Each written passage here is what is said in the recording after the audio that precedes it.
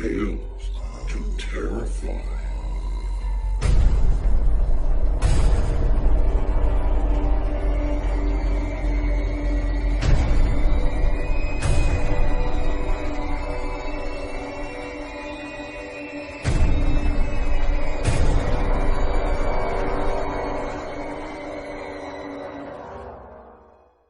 Good evening, children of the night.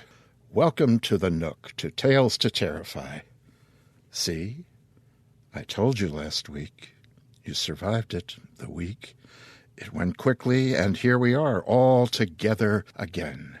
Yes, the air is on, but what are you going to do? Almost 2 weeks of mid to upper 90s, days here and there where the temperature oozed to over 100-plus degrees and the humidity was right there on its tail. Well, settle in. Grab something chilly. We've got some great things for you this evening. First, I want you to listen to this. Do you like science fiction? Do you like theatre? Then Blast-Off is a show for you. A night of theatre so sci-fi-tastic it takes kitchen sink drama and adds in a replicator. A night where breaking the fourth wall could mean the collapse of the multiverse. And a night where you'll see short plays by award-winning writers Gabriel Wizard-Smith, Joshua Conkle, and star of Channel 4's Stand-Up of the Week, Sarah Pascoe. Blast-Off, boldly going where no show has gone before. To the Soho Theatre in London, July 10th, 7 p.m. Engage! Here's a little more information. Blast-Off is fresh from its first sellout show, and this latest episode brings together a new lineup of science fiction plays by 5 of the best new writers in theater. Curated by sci-fi nerd Jonathan Britton and theater nerds Lucy Jackson and Claire Turner, Blast-Off features work by award-winning writers Gabriel Bissett-Smith, Sarah Pascoe, and Joshua Conkle, as well as comedy from John Luke Roberts. So, if you like science fiction, like theater, like replicants, like the end title music from Independence Day, and how appropriate is that this 4th of July week here in the nearly united former colonies, and how inappropriate for a British company to be using it. And if you're able to get to London before July 10, I know you'll be in the Soho Theatre that night, 7 p.m. Greenwich Mean Time, for Blast-Off. Okay, are you settled now? And now, a second thing. Yes, the art on our site, it's new. If you're on the internet machine, go take a peek at this month's cover. It's called Red Depths, red as July should be, watery as July should be, chilly and fraught as, well, as every time, all time should be. The piece is by an old friend, Skeet Scienski, from the Starship Sofa. Skeet did the cover art for the first Starship Sofa Stories book. It was an image so intriguing that several people in the forum suggested that it needed to have a story of its own. I was fool enough to quietly mention that, well, maybe I'll do something with it someday. And, of course, Tony grabbed me and said, do it, and we'll cast it and publish it to help raise money for a good cause. And the story turned out to be Lord Dickens' Declaration. And at 25,000 words, the thing took 3 episodes of the Starship to narrate, and the published story involved adding 4 more illustrations to make it all pretty, and that was, nearly 3 years ago. And since then, Skeet's, he's taken the reins as the art director and cover layout designer for the Starship, as well as for Tales to Terrify. A few words. Skeet got his start in podcast art thanks to Tony Smith and the book cover of the short story The Daffodil Train. That snowballed him into illustrating the first year of the Starship Sofa's monthly covers, as well as for the Starship Sofa volumes 1, 2, and 3. Somewhere in there came Lord Dickens' Declaration, and Skeet lives in Charlotte, North Carolina, USA, and is the owner of Beyond the Disc, a disc golf art illustration business. Yes, disc golf or frisbee golf, depending on where you live. That's a sport that uses those funny-looking baskets with chains hanging on them. You might see them in public parks. A fair sample of his work can also be found on the fabulous Drabblecast. Skeet says, the inspiration for Red Depth, that's the picture we've got up, is from a dream. He says, not much scares me, though sometimes dreams that project a feeling of vast size, such as this creature's red eye bursting forth from the inky black depths of the ocean, sends waves of terror through my mind. Well, yeah, isn't it grand? Usually this generates a scream that thankfully wakes me, he says. If you'd like to contact Skeet for any occasion or a custom illustration, you can reach him at www.beyondthedisc.com or find him and his art on Facebook under his profile, Skeet Disc Golf Art Scienski. And he spells his name Scienski.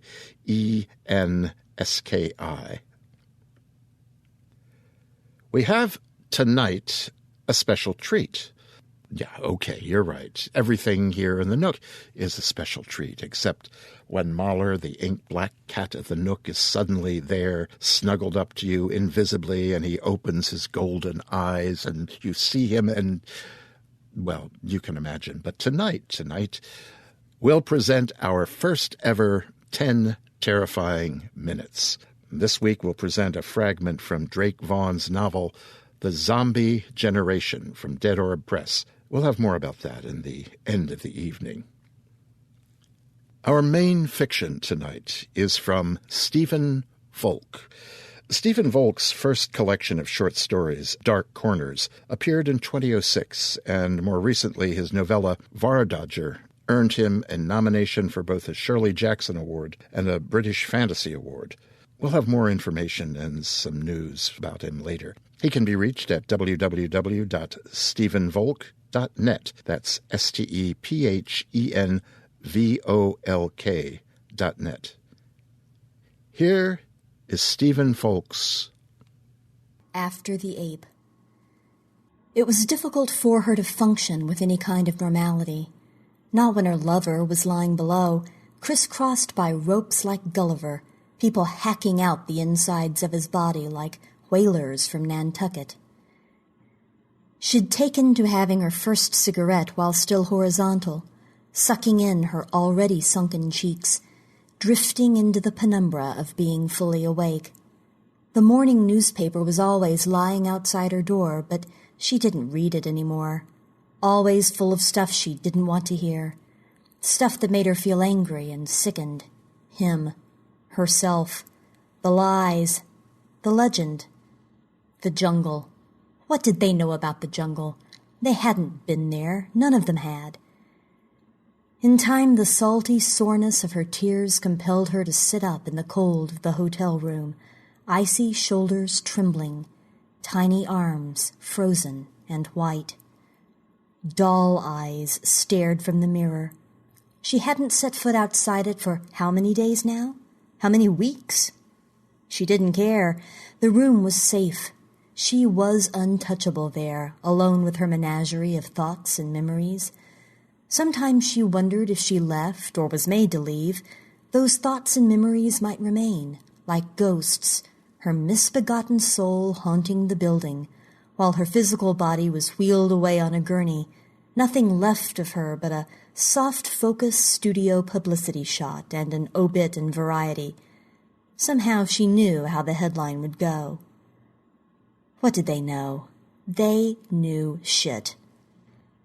That was the Bowery girl talking. That's what she was, after all, down to her raggedy-ass bones, and none of the glamour and pearls and platinum curls of Hollywood could cover that up for her in the end. Once a bum, always a bum. She unscrewed the cap from the bourbon. Papa's favorite. Prohibition. Joke. There were ways. The tumbler told her it hated to be half full. The numb, plummeting wash of it brought up an acid reflux that hauled her monstrous hangover with it, dispelling any faint illusion her head was clear. Still, She was grateful for a taste of oblivion. Oblivion was her prime concern of late.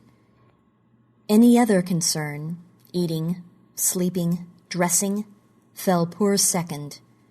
What could you do when the hangover felt like it would kill you? Keep drinking. Truth is, she barely even tasted it anymore. On her wrist, a gift from a producer who had a taste in watching instead of doing said 11:45. Hell. Not that she'd missed anything, just that so much of the goddamn day loomed ahead of her.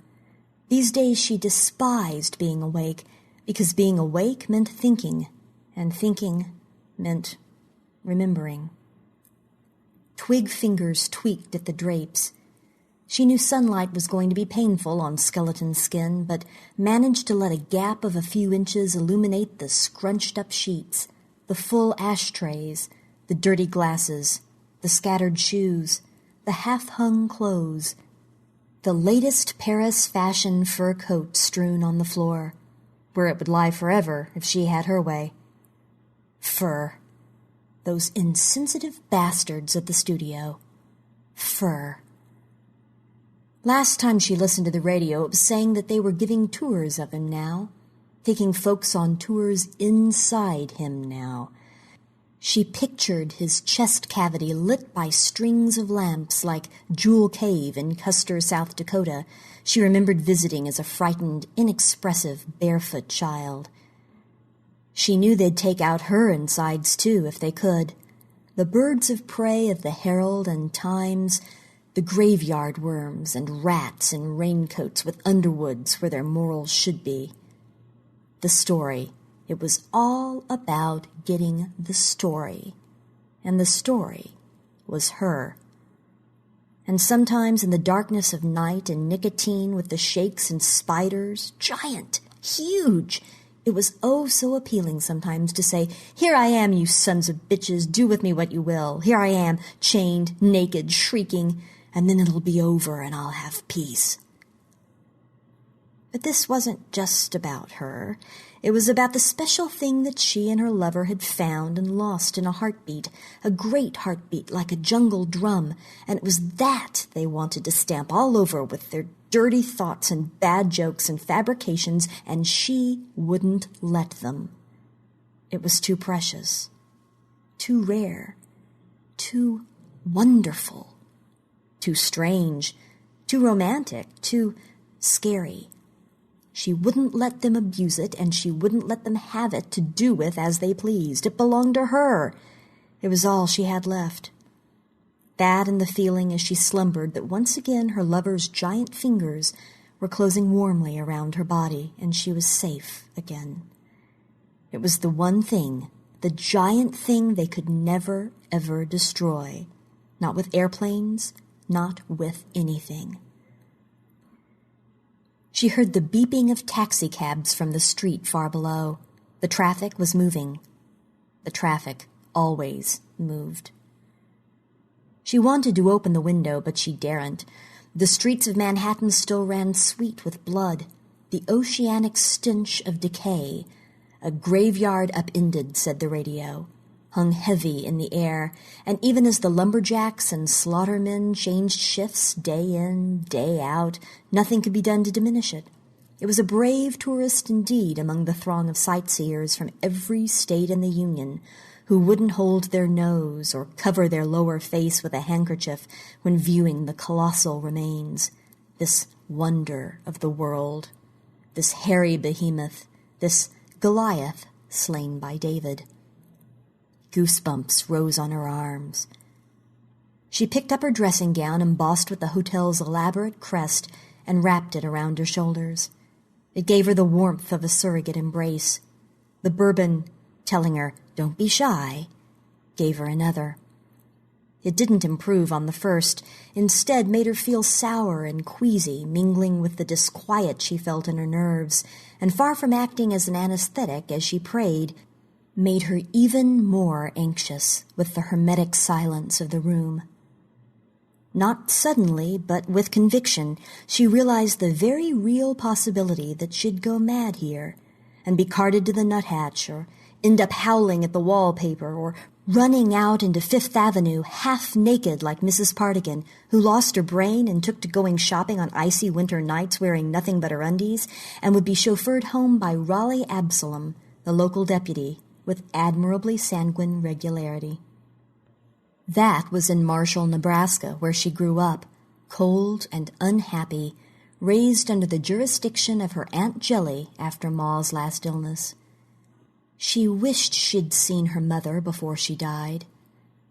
But Bryce was on the scene by then, and Bryce and her didn't get along, which was like saying the war in Europe was a difference of opinion. So Dollface, porcelain and pure, skipped off school, never did like it, got beat a lot, and hopped on a cattle train to New York like a hobo.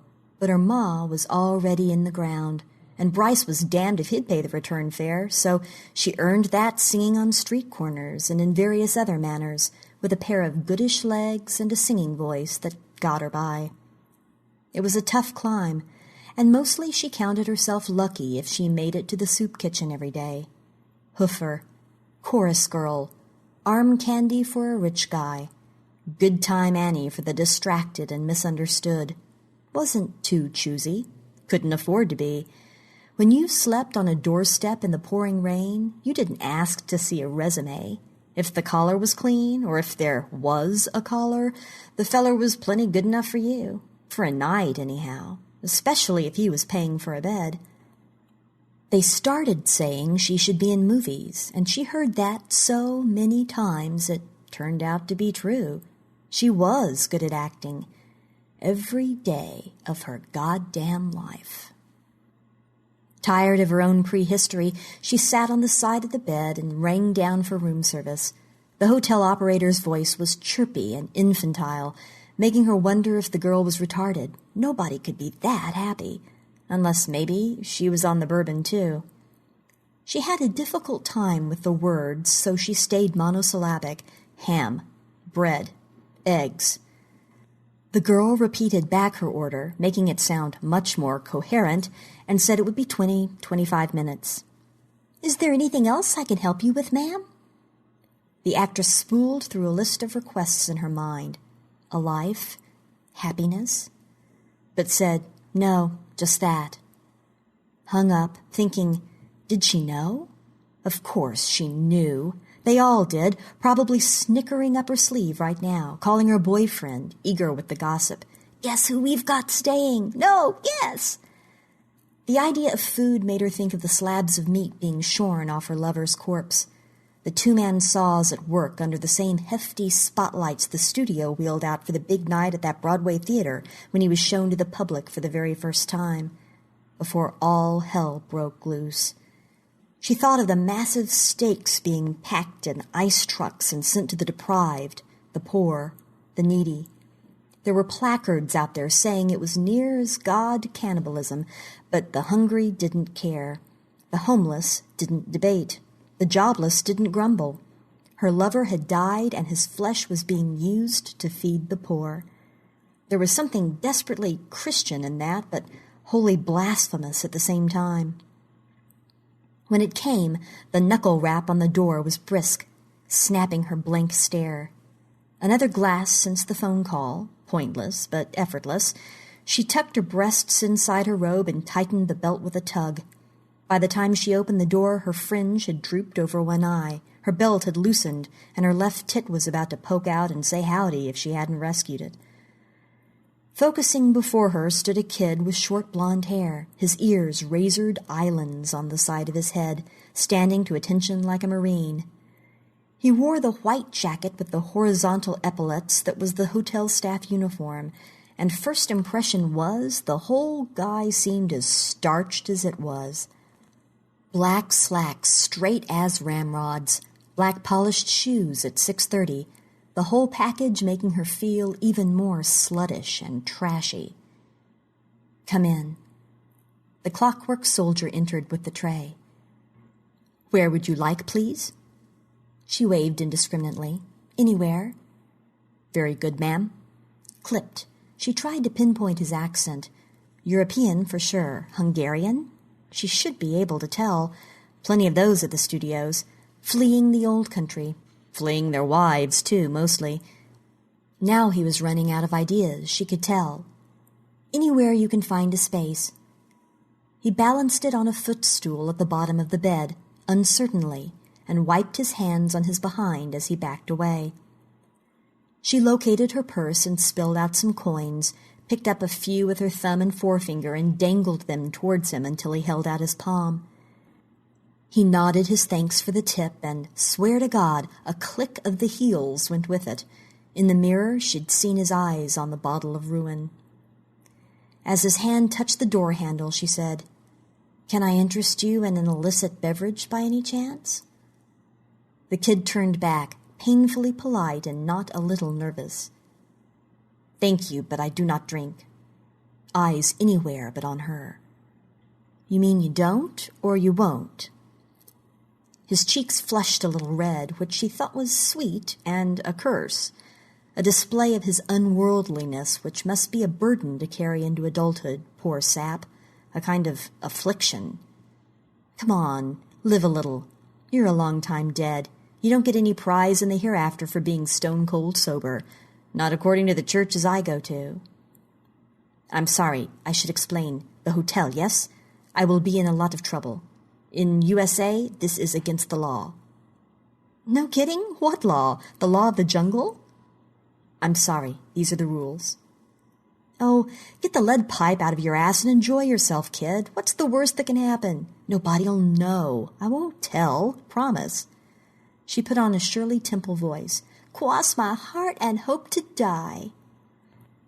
She genuflected, and he noticed her fingernails made little white lines in her skin as they brushed it just above the bra line of her nightgown. Her skin seemed soft and still had the sheen of sleep. He looked away.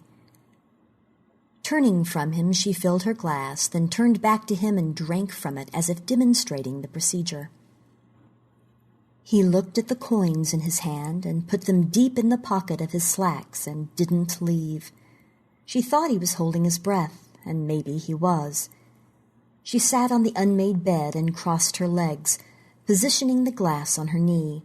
The hem of her nightdress rode up her bare, shaved calf. "You're German, aren't you?" He made an apologetic face. "My English is not so good." "Ditto." She smiled to put him at ease. "You're doing fine." She wanted him to smile back, and he did. "Where are you from?" "Bavaria, München, Munich." He pronounced it Moonich, like something you'd scratch. "In the south, close to the mountains." "Yeah, we got those too. What's your name?" "Peter." "Peter," she repeated. "Hi, Peter." Aged about 18, she guessed. He had a good 10, 12 years on her. She liked that. She liked the young. There was something optimistic about them. They didn't know what was to come. I better go." "No, stay," she said. "Talk to me." He laughed uneasily. "You are a very nice lady, but I don't want to lose my job." "You won't lose your job. I'm a guest. You're attending to the requirements of a guest.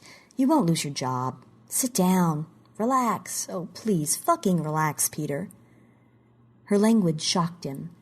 That wasn't the way women spoke, not what he was used to. It was another thing that surprised him about America. It made him feel a little sickened and a little excited at the same time. "Okay, I sit." He could see what was attractive about her, even now, here, in this state, like some bedraggled bird with a broken wing. She had some quality. Downstairs, he had wondered if he would be able to tell that by meeting her, and he could, in an instant. It was true what they said, when they called them stars because they shone. "What do you want to talk about?" "Oh, surprise me." The arm that propped her up slid down the bed. "I haven't had human contact in 7 days. I'm adrift. I'm shipwrecked. Do you know what shipwrecked means?" "Of course. On an island. In stories." She rested the glass on her forehead. "Not just in stories, baby." Baby was an American expression. He told himself she didn't mean anything by it. It was a term made by a boyfriend to a girlfriend in this country. It was strange, but it was okay. "Have you ever been to an island?" she asked. "America is an island," he said. "A big one, but an island." "That's not what I meant." She flicked ash onto the carpet. "I mean trees with coconuts on, big green leaves as big as this carpet. Beaches where no white man has ever trod. You get the idea. Tribes with plumes in their hair and bones through their noses, who live in fear of their god, who sacrifice humans to him with the beating of dinosaur skin drums." She skipped her poison, her eyes not leaving him the whole time. That kind of island. The kid didn't know how to answer. Instead, he looked around the room, away from her, as if taking it in for the first time, or pretending to. "You like this hotel?" "Oh, it's peachy." He took a step towards the door. "I can get you something, perhaps." "Sit down, for Christ's sake, Peter. I want company, that's all. I'm not going to eat you." For some reason, she laughed. For some reason, this tickled her, and she said it again while she was still laughing like a mule. "I'm not going to eat you." He smiled so that she didn't laugh alone, but he didn't know what was so funny. He looked at her where she lay. Her flat stomach under the silk nightgown shook with mirth until she felt foolish and ceased. He was still looking down at her in silence, and she let him. The room was dark. Sirens broke the air like wild beasts in the distance. It made them both remember where they were and why. He coughed and moved to the curtains to open them. "Don't do that.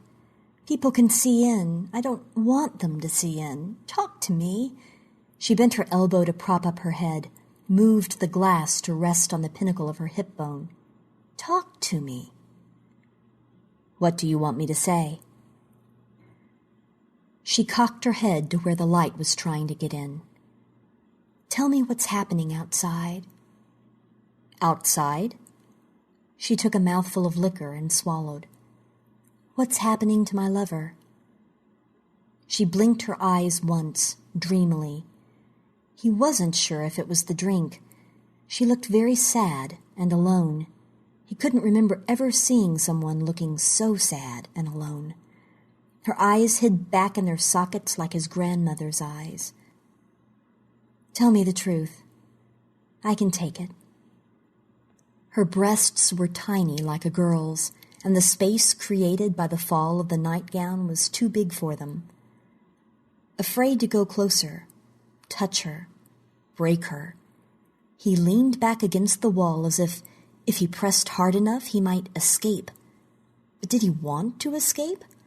A pencil line of sunlight from behind the drapes cast down his cheekbone, his throat muscle, one bicep, one golden button. The rest was in shadow.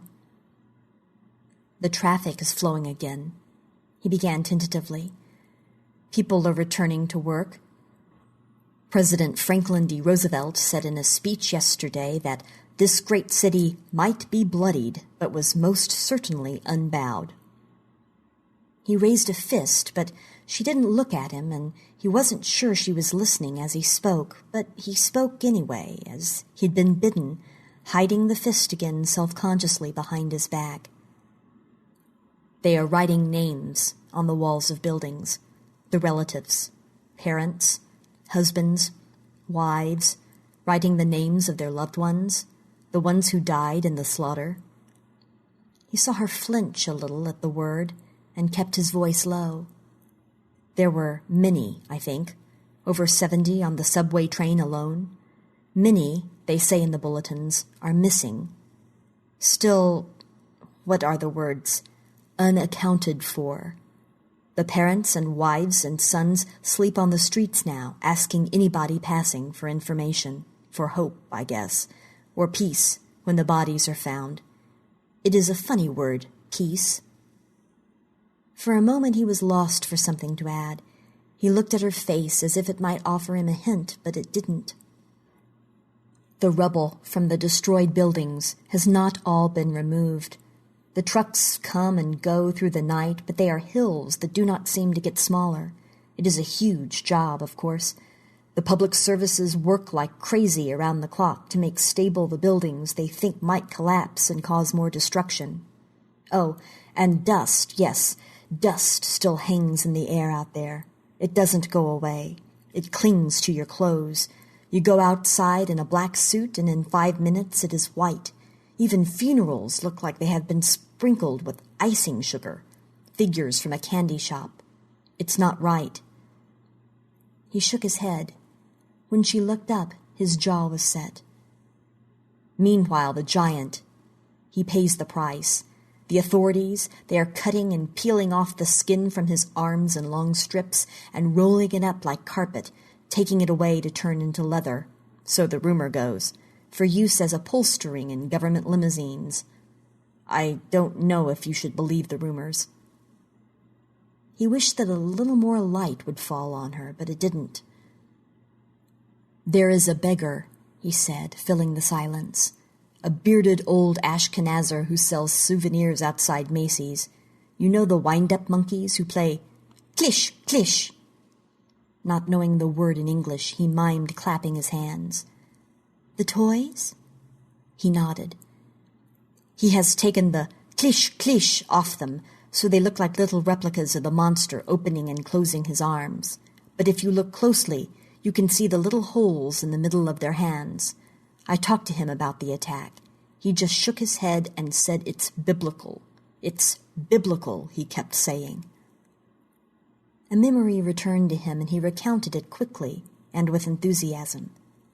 Yesterday, when I walked past the scene, I saw a gang of children bouncing a basketball to each other, then tossing it high in the air, trying to get it to land in the dead beast's nostril. Younger kids on a dare were plucking out the monster's hair. It took quite a tug, I could see, and flicking them at each other like bullwhips. He chuckled. The actress said nothing and hardly moved, but she wasn't chuckling. He could tell that. His heart tightened in his chest. In the kitchen, they said it was you. I didn't believe them. She looked up. Do I look like the photographs? Aware of her appearance, she swiftly added, Don't answer that question. He laughed, shook his head in disbelief. I am in the same room as the woman who was held in the hand of a damn monkey. She lit a cigarette and left the packet sitting between her legs. He wasn't a damn monkey. He was a damn gorilla. He could see the curve of her thighs so clearly it was as if she was naked. He wanted to feel the silk and feel her skin. If it was cold, he wanted to warm it for her. If she was cold all over, he could hold her to his body. He was not cold. Are you German? You look German. She ran a hand through her curls and laughed. I got news for you, kid. I'm not a natural blonde. He blushed to his bootstraps. Greek-Scottish on my father's side, she said. Norwegian-English on my mother's. Coat of many colors. Bella, she's a Pole who works downstairs washing dishes. She went with her sister and brother-in-law to see it. She was very excited. They all were, hopping up and down like they were going to a Broadway show, wrapped up in their scarves. She thought it would be somehow frightening, like a fairground ride. Fairground ride. He nodded. Like Coney Island. Roll up, roll up. Go on. She said it wasn't at all. Eyes downcast, he looked unsure whether to continue. When she came back, she was real quiet, just put her frozen hands in water and got to work. Later, I asked her what happened, and she said the head of it was as high as 2 tram cars on top of each other. Huge, as big as a house. You could live in it, she said. Don't give them ideas, the actress thought, blowing cigarette smoke, then waving it gently from her face. They looked up and they saw something catching the light. They couldn't work out what it was. Big, glassy, round. Then they realized it was a tear, frozen, turned to ice on the creature's cheek, big as a glitter ball in a dance hall, they said. Like I say, they weren't laughing. They came back, like I say, real quiet. He shrugged. Then the kitchen got busy, 100 covers. We didn't have time to think about it after that. I don't know. What else don't you know? He looked up. Sorry? What else? He sighed. Captain O'Rourke and his men, the pilots of the biplanes, had dinner at the White House. He heard her make a little snort of disdain. Well, they are heroes, no? They risked their lives for the sake of the motherland. They didn't die, he did. The enemy. Enemy of what, exactly? I'm sorry, I don't understand. Shivering, she picked up the fur coat from the carpet and wrapped it around her shoulders. Did you see his silhouette against the sunset? He shook his head. Then you don't understand, she said, without any note of accusation, hardly louder than a whisper. Her throat was dry and needy. She struck a match, and the lit cigarette dangled from her pale, dry lips, its tip bobbing as she spoke. Tell me about you. You have a family? In Germany. I will tell them I met you. Uh-huh. What will you tell them? You are famous. I am now. You are pretty. She laughed into a cough. Once upon a time. This room sure is dark. She wanted to ask him, was I pretty before I was famous? Do you have a girl, Peter? Sisters? 3. That's not what I meant. Sit next to me. You're a long way away. I can't see you over there in the gloom. When he did, she patted the mattress next to her for him to move closer, then did it again for him to move closer still. She placed her hand on his thigh and saw him shudder. Is my hand cold? Am I cold? He shook his head. She put it to his cheek. Will you take a drink with me? I don't like drinking alone. He didn't say no, so she held up the bottle of bourbon and pressed it against his lips. She tilted it up like it was a baby's bottle. Without moving his body, he took a mouthful and swallowed, and when the bottle was taken away, with a sucking noise, he gulped air. That's it now. You'll lose your job. They'll smell it on your breath. You've broken the rules, chum. I don't care, he said, tugging the bottle from her and swigging from it a second time, longer and deeper. She was astonished and had to snatch it from him before he demolished the whole bottle. Greedy little... Down the hatch. What's it for, eh? Booze? She looked at the label. It swam. Just a way to get back to the animal. That's all, when you think about it. Look at us. Human fucking beings. We've got hundreds, thousands of years of fucking civilization. We've got intelligence and progress coming out of our ears. We've got motor cars and fashion and society and welfare and adding up machines and rotivators.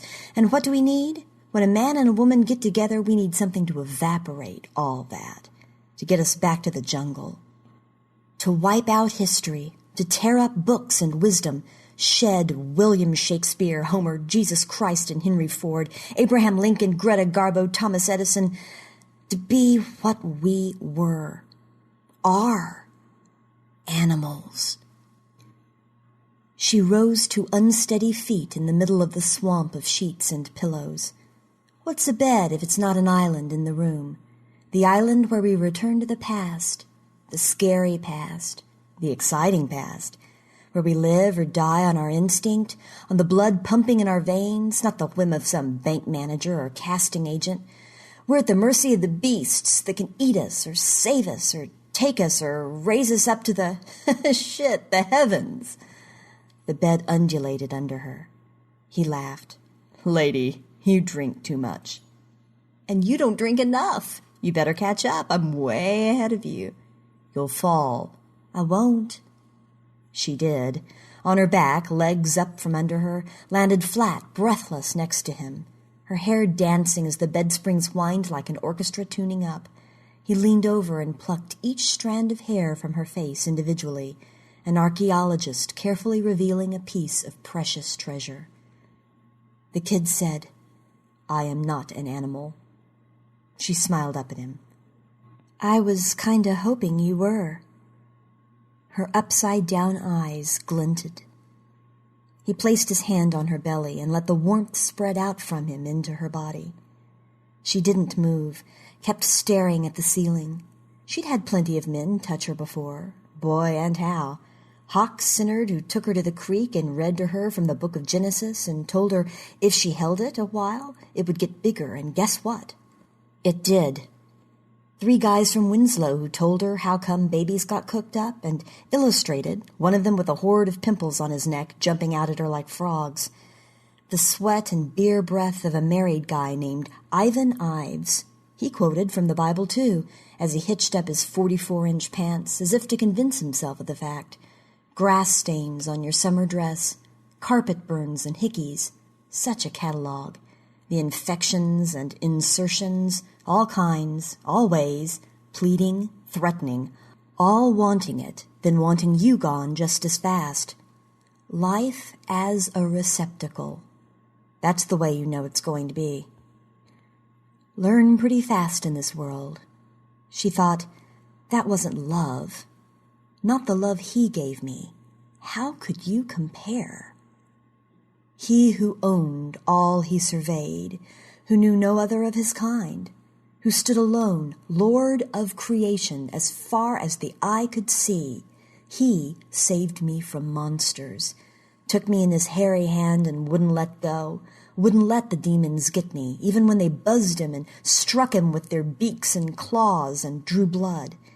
Carried me through the vitriolic swamp like a cannonball, miasma smell making me heady and giddy as a child taking their first sip of champagne.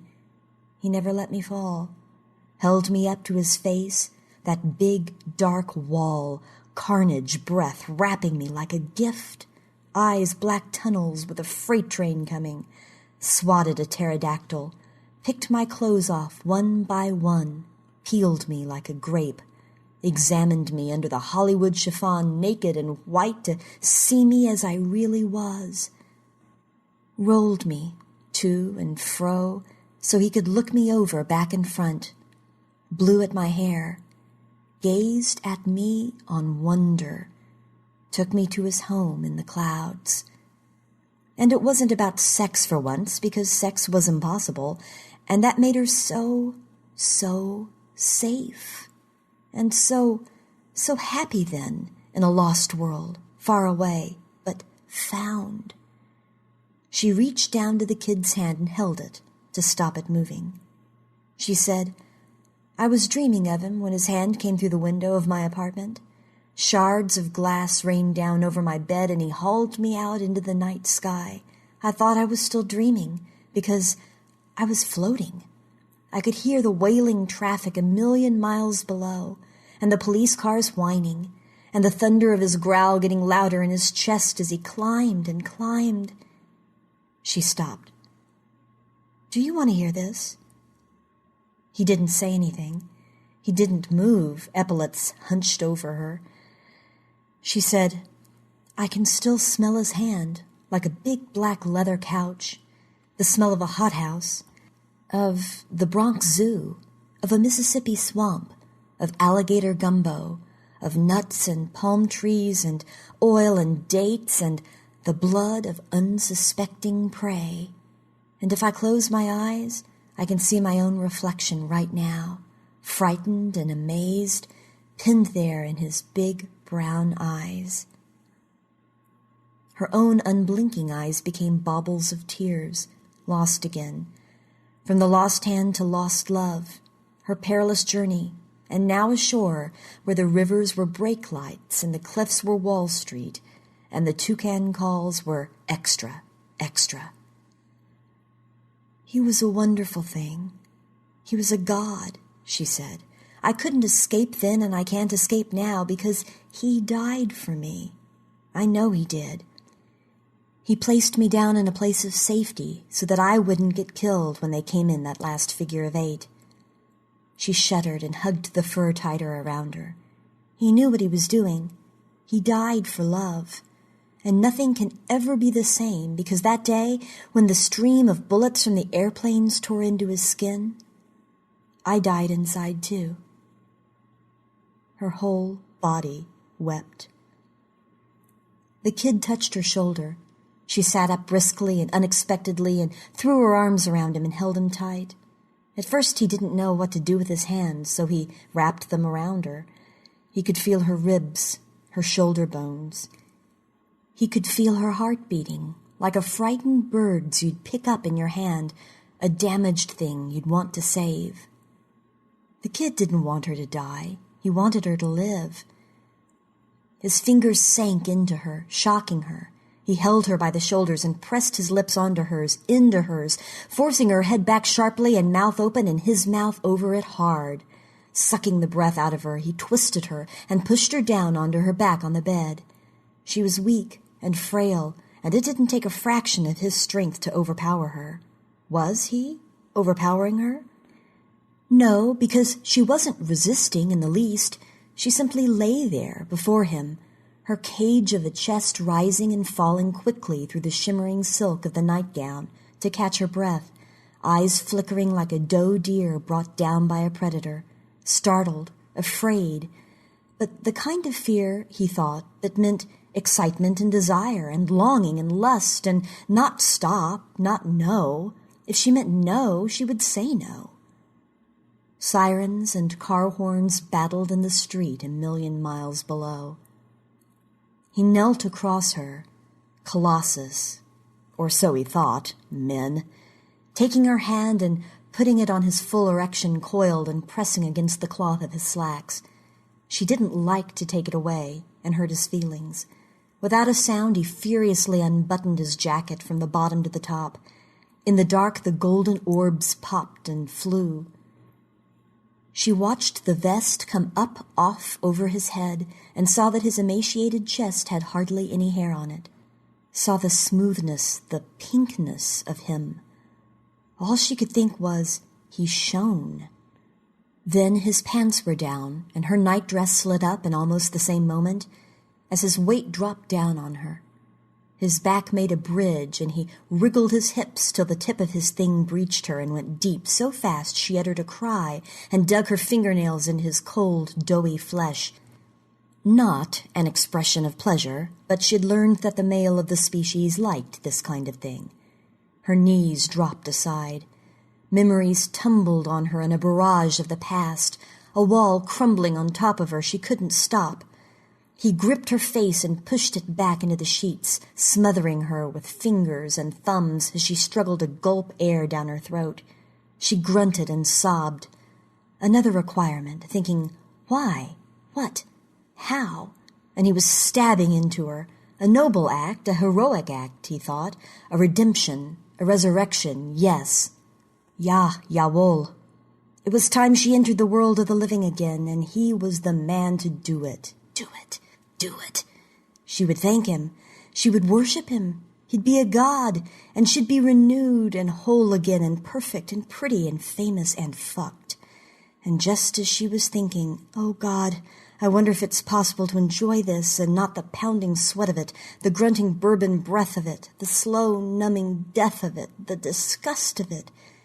It was over, and he felt the heat of fame washing over him, like reporters' flashbulbs going off, like Valentino's smile, like a tuxedo on fire. And she only felt the weight of him, the dead weight of him. And not that she didn't want it, but not that she did. And the Grand Canyon like someone had hollowed her out with a big spoon. And the Grand Canyon being full of trash, which was where she belonged, said Papa, because that was what she was, and that's what she would always be. You hear me? But you asked me to, Papa. I believed you, Papa. He slid his penis out of her, thinking that behind her closed eyes and smiling lips she'd rediscovered love. Papa? But she was thinking of the ape's tree-trunk finger pressing against her belly atop the Empire State Building, his ebony fingernail a tarnished mirror, his caress so gentle for a big guy. She rolled onto her side and hugged herself as the chill of the room returned. They want the story, she thought. Well, you know what the story is? The story is no man has ever comes close to how I felt with him. On that mountaintop, on that skyscraper, with him at my side, towering so high, roaring as they came out of the sun. Stand in front of it, said Papa. Look right into the camera, said Papa. Look frightened, said Papa. Beautiful, said Papa. Beautiful, beautiful. Would anyone scare me like Papa? Would anyone love me like Papa? Then she remembered the blood in her lover's fur, cloying, clammy, clotted. How he swayed from side to side in startled puzzlement, ageless, a sequoia hacked down, a century collapsing, a world destroyed, a country eradicated. How she wanted to communicate but could not. How she wanted to forgive him but could not. Save him but could not. How she wanted to be scared but fear was gone. His majesty, his highness, his gone. She turned over and saw the German boy's head against the pillow and thought of the giant's head against the pillow of the sidewalk below, at the same angle, eyes non-focused in death. He rolled his head to her. It is what you wanted, yes? She paused before deciding to nod. He smiled and lit one of her cigarettes and sat up, you could easily count his vertebrae, and stretched over to pick up his vest and hotel staff jacket, and dressed with his bare back to her as an airplane passed overhead with the monotone murmur of a disappointed voyeur. Oh, the pinkness of him. Her insides congealed. There was something inside out about the feeling, the nausea of stepping off a carousel, which was supposed to be an enjoyable experience but wasn't, and yet the relief of being off. She didn't want to think about it. He handed her his cigarette and lit another for himself. She considered the action unbearably familiar and unbearably arrogant. She wanted to cry again. He stood up, his shadowy cock now shrunken and unattentive, dangling under the rim of his white jacket, and peeked behind the drapes at the afternoon sunlight. Damn monkey. He chuckled as he buttoned up his collar. We socked him good, huh? She pulled the sheets around her in a nest. He got onto the bed on all fours and kissed her with puckered lips, which she endured. His grin was horribly self-congratulatory, and she wondered how much of this had been his purpose, to screw the actress in 7205. Perhaps he had announced it to the others as he picked up her tray. Perhaps he'd brag about it tonight in a bar. He had not been violent, and he hadn't hurt her even, as others had done. That was exactly it. She felt nothing. Nothing at all. There was a gaping hole inside her where he'd been, and it was as if it hadn't happened at all. And she knew with great clarity that was the way it would always be from now on. She sat up in bed with her breasts and knees covered. I hope you don't lose your job.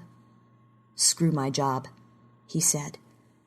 He was a different person now, as they always were, and it was never a surprise to her, but it always hurt. You know what they call me in the kitchen? Sauerkraut. This was supposed to be the land of the free, the home of the brave, of democracy and opportunity. I came expecting bright, clean Americans, like bright, clean American automobiles, not sweaty Turks tweaking my ass and blowing me kisses, and Italians barking and cursing at me, sticking my hand into boiling water for dropping a plate, a Jew begrudgingly giving me my stinking wages at the end of the week. I expected New York to be like an elevator, going up, always up, like the tall buildings, taller, higher, always higher, a place of money, a place of glamour and power and gasoline, not foreigners and perverts. He held his stomach in, puffing his hairless chest as he pulled on his slacks. My father sent me here to learn the hotel trade. 1 year, he said, you will learn more than in any university. He owns 3 of the biggest hotels in Munich, 1 in Frankfurt, 2 in Berlin. He tucked in his genitals. I always thought that the United States would be great, but it is not so great. I expected a strong country, but it is not strong. It is weak, a cripple like your president. You have no work, no good work. 13 million unemployed. Almost every bank is closed. People are losing their farms, homes, businesses. You have no money, no hope. We have movies. He snorted. Which is what? Nothing but a sign of decadence. Threading his belt buckle, tugging it to the right hole and poking the pin through. I have read the history books. This is the way empires fall. Look around you from your high buildings, and what do you see? The poor rewarded for doing nothing. Immigrants like me given opportunities while patriotic Americans struggle. Your country is sick, and your men are standing by watching it happen. They are not fighting for what they value. They are not fighting for the future. They do not have a leader powerful enough to make things change. The actress held her cigarette vertically with her fingertips and blew on it so that the tip glowed red. I'm going back home, not to Munich, to Potsdam, he said. I have an uncle there, an industrialist. I know there is always a job there open for me. He waited for a reaction from her, but all he saw was a long, glowing red puff on her cigarette. The blue smoke hung flatly in the air between them. He crushed his own cigarette out on the plate of cold, untouched food. Come with me. A new life, a good life, he said.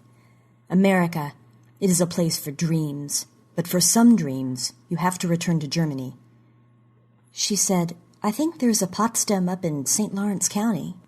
The kid laughed through his nose at that. Funny girl, crazy girl. Stupid girl, said Papa. I'm serious. Come, it is beautiful. Beautiful. This way, to the camera. You're frightened. You're amazed. You're terrified.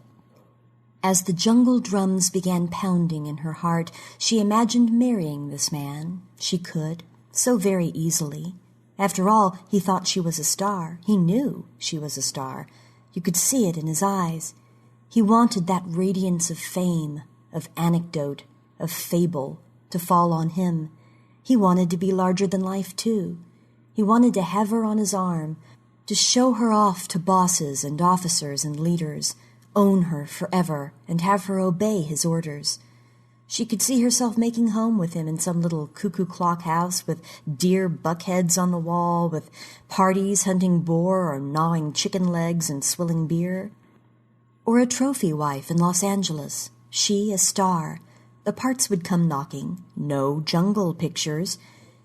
Him a screenwriter or producer or both. Kids, several. Nannies, English, stern but not too stern. He'd slap her occasionally, but only when she'd deserve it. He'd have affairs, but then so would she. He'd find some younger, prettier version. So would she. The divorce would be expensive. She'd get the children and dogs. He'd get fatter, bitter and twisted. Not necessarily in that order. You know, she said, I'm ready for breakfast now. He gave a broad grin, exposing his white, so perfect teeth. The parenthesis grin of a football player with a chiseled jaw. So American. And some good, strong, black American coffee, she said. He picked up the tray. You are on the mend, yes? Yes. I love you. Everyone wants to love you, said Papa on the boat during the voyage to the island. And you know what? Let them. I know, she said. When the kid had gone and the door was closed and she was alone again in the room, she imagined her lover's gigantic skull, polished and white in the lobby of the Smithsonian, surrounded by a party of eager schoolchildren, any one of them smaller than his pointed teeth. The skeletons of dinosaurs keeping a respectful distance. The stare of eons in the space where his beautiful eyes used to be. She got out of bed and took a sheet of hotel notepaper from the drawer. sitting with her reflection in front of her. Who was that woman with ribs in her chest you could count? Pale, gaunt, frightening. Why would anyone make love to that? She changed her mind and rummaged in her purse. She spiraled out her lipstick and wrote on the mirror, "Thank you, Peter." Thanking him for making it clear, even if he wouldn't understand, couldn't understand. Could anyone? Then she signed her name, her autograph. Maybe it would be worth something one day. See, Papa, I'm worth something after all. She had to hurry now. It would only take so long for the elevator to descend and return. Light flooded the room like a bomb blast, so bright she had to cover her eyes. When she opened them again, blinking, her surroundings took on a different aspect, washed with color anew.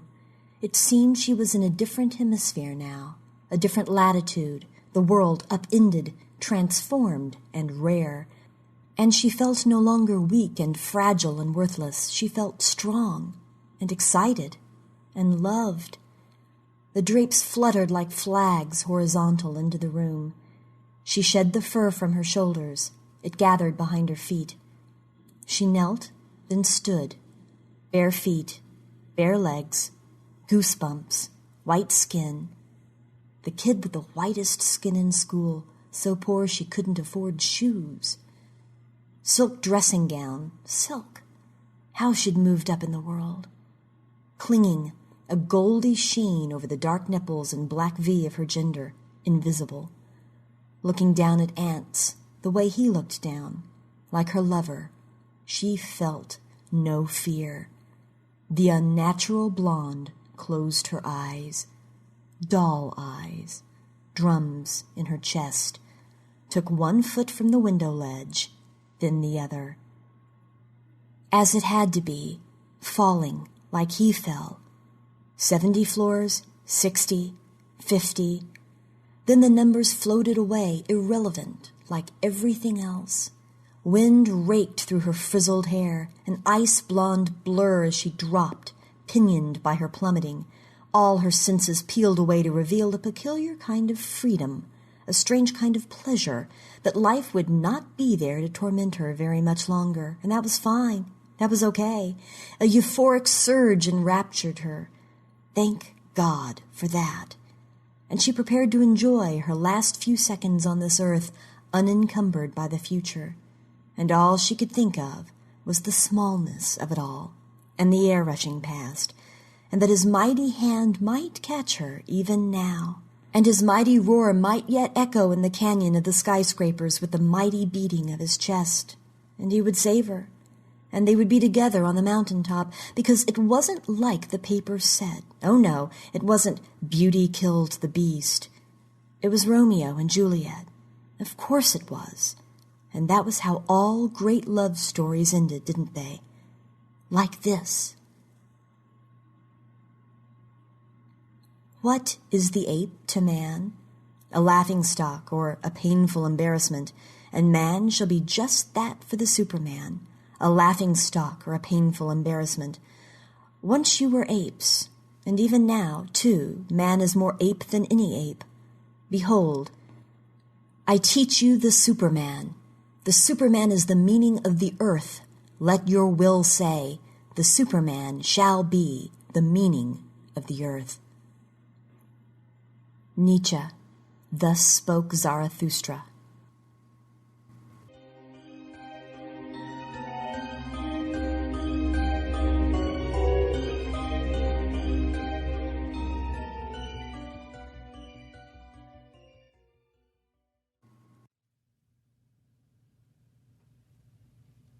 All right, now I can say it.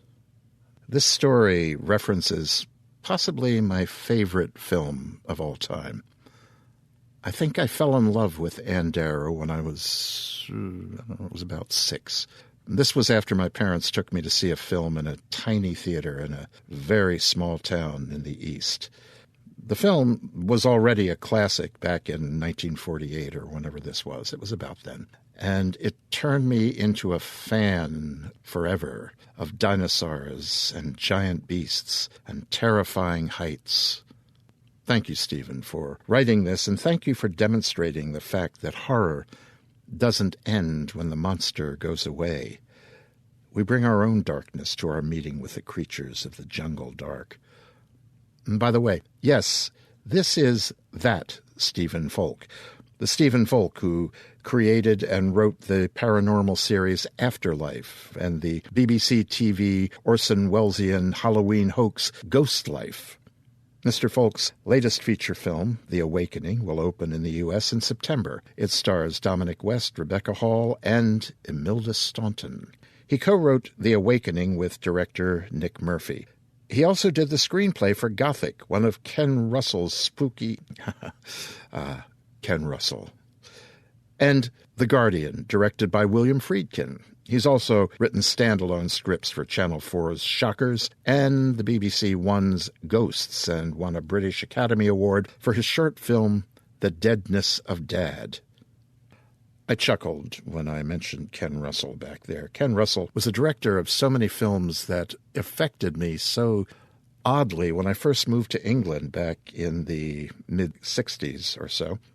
The very first thing I saw on British television when I entered my room for the first time, turned on the TV, and there were naked breasts on the screen. For a kid from America in the mid-60s, a naked breast on television was something you just never saw. It was a documentary that was done for the BBC about the dancer Isadora Duncan. So I've always really admired Ken Russell's work. And Gothic is a truly interesting film. Anyway, the reading of Stephen's story tonight is by Amy Sturgis. Amy is a wonder. She is an academic, a writer, an all-around really interesting person. I wish I could get her to do some of the fact articles for us, but Amy, alas, is a science fiction person, not a horror person. Ah, well.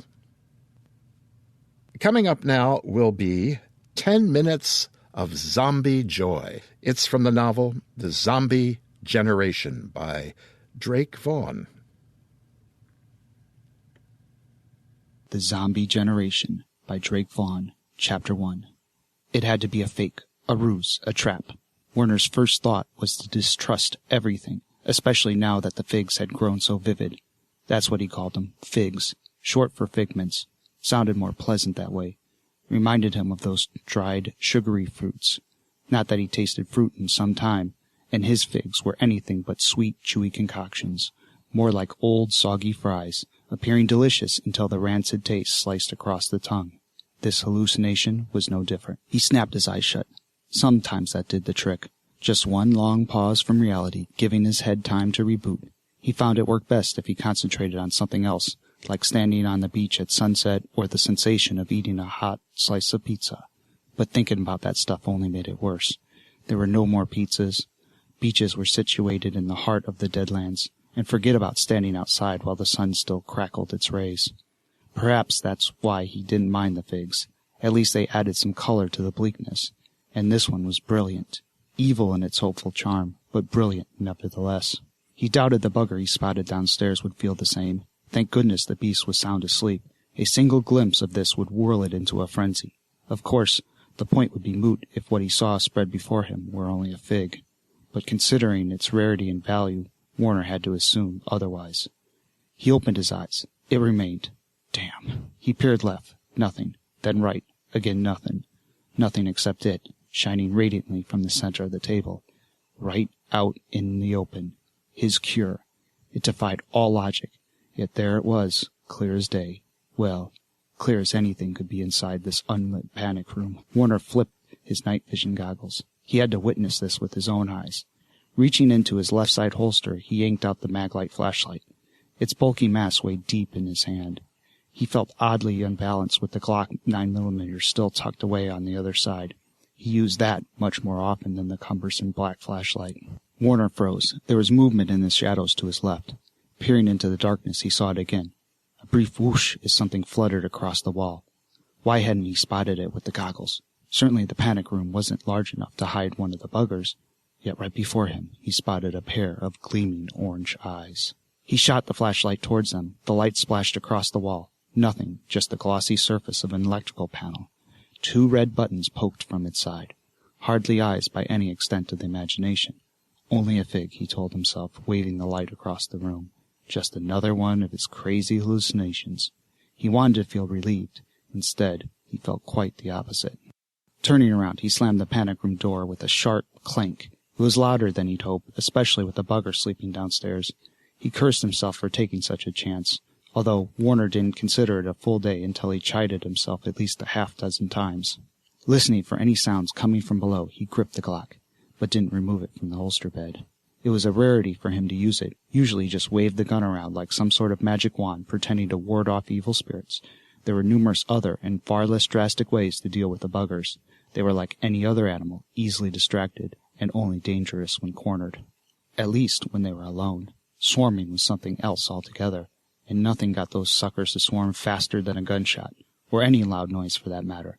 From experience, he knew firing only peeved them, and when they were peeved, they were dangerous. Likewise, a single bullet hardly ever stopped a beast. Once Warner had witnessed a bugger lunge up onto a soldier after taking a headshot, just kept tearing into the poor fellow even as the soldier blasted another 2 rounds right into the beast's skull.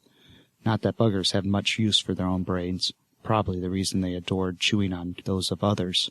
Still, Warner had yet to kill one. Not that he was opposed if it came right down to it. The choice between his life and a bugger's would be simple, but unlike other people, he didn't seek it out. Not to say he lived in peace. He just figured it was best to avoid warring with them. But he was no fool either, and always kept a gun handy. At first he loathed carrying it. He feared the mere act of holding a gun would transform him into one of those cocky, knuckle-dragging, uber-macho jerks who bullied him his entire life.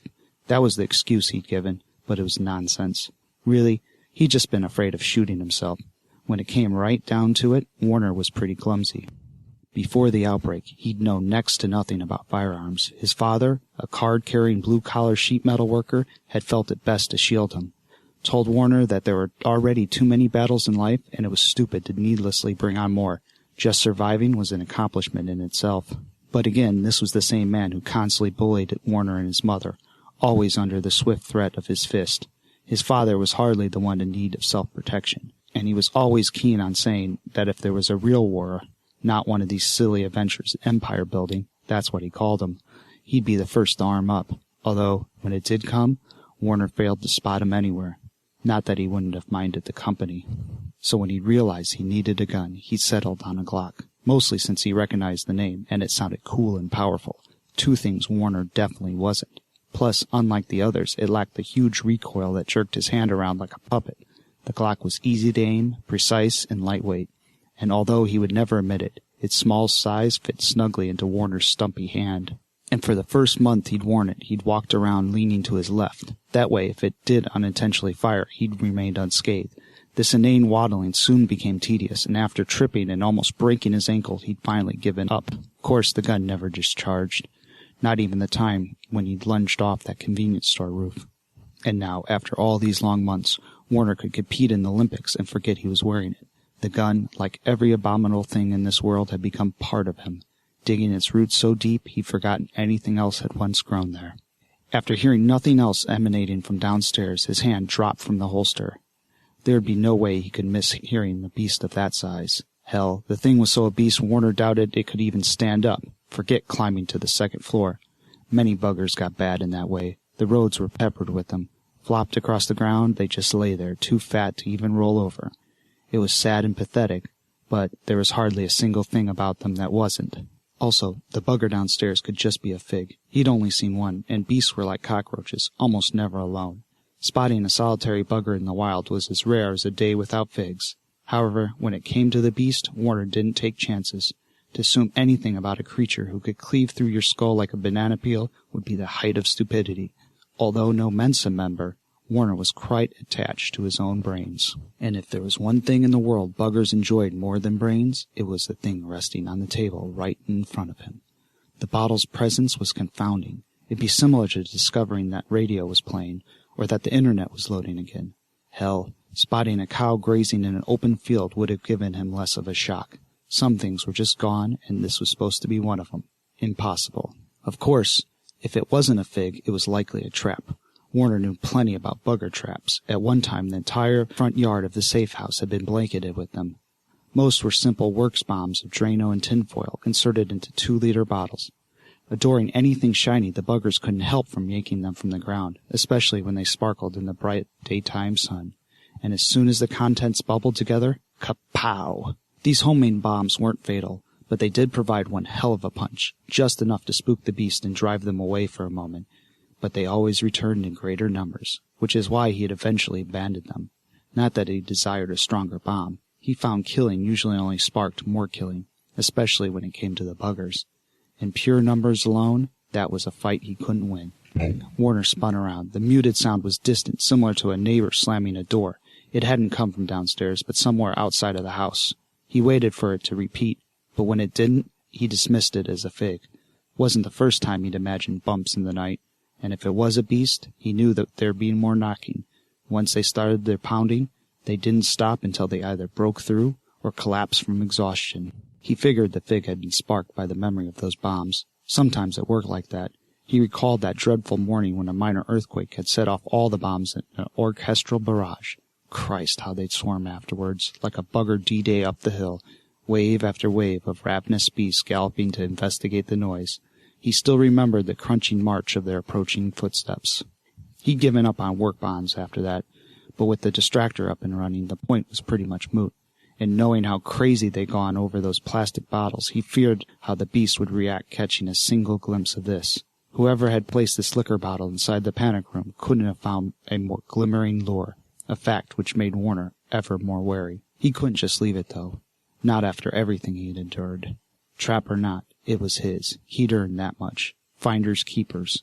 In a lawless land, the simplest codes ruled. And to be fair, it was his cure, not theirs. The Zombie Generation by Drake Vaughn is now available in both electronic and paperback versions at Amazon and BarnesandNoble.com. Thank you, Lawrence. And you're quite welcome, Drake. A few words. For over a decade, Drake Vaughn has been employed in numerous facets of the entertainment industry. He now resides in Santa Monica, California, and writes full-time. The Zombie Generation is published by Dead Orb Press and, as he says, is now available. And go to Amazon for more information. Put in Drake Vaughn, V-A-U-G-H-N, or The Zombie Generation. And if you want to have 10 terrifying minutes of your book or your story voiced here in the Nook, just do what Drake did. Record it, send it to us at talestoterrify@gmail.com, and put 10 terrifying minutes in the subject line. And there we have it.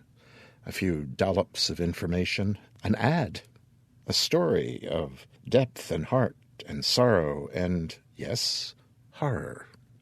And 10 terrifying minutes of zombie apocalypse.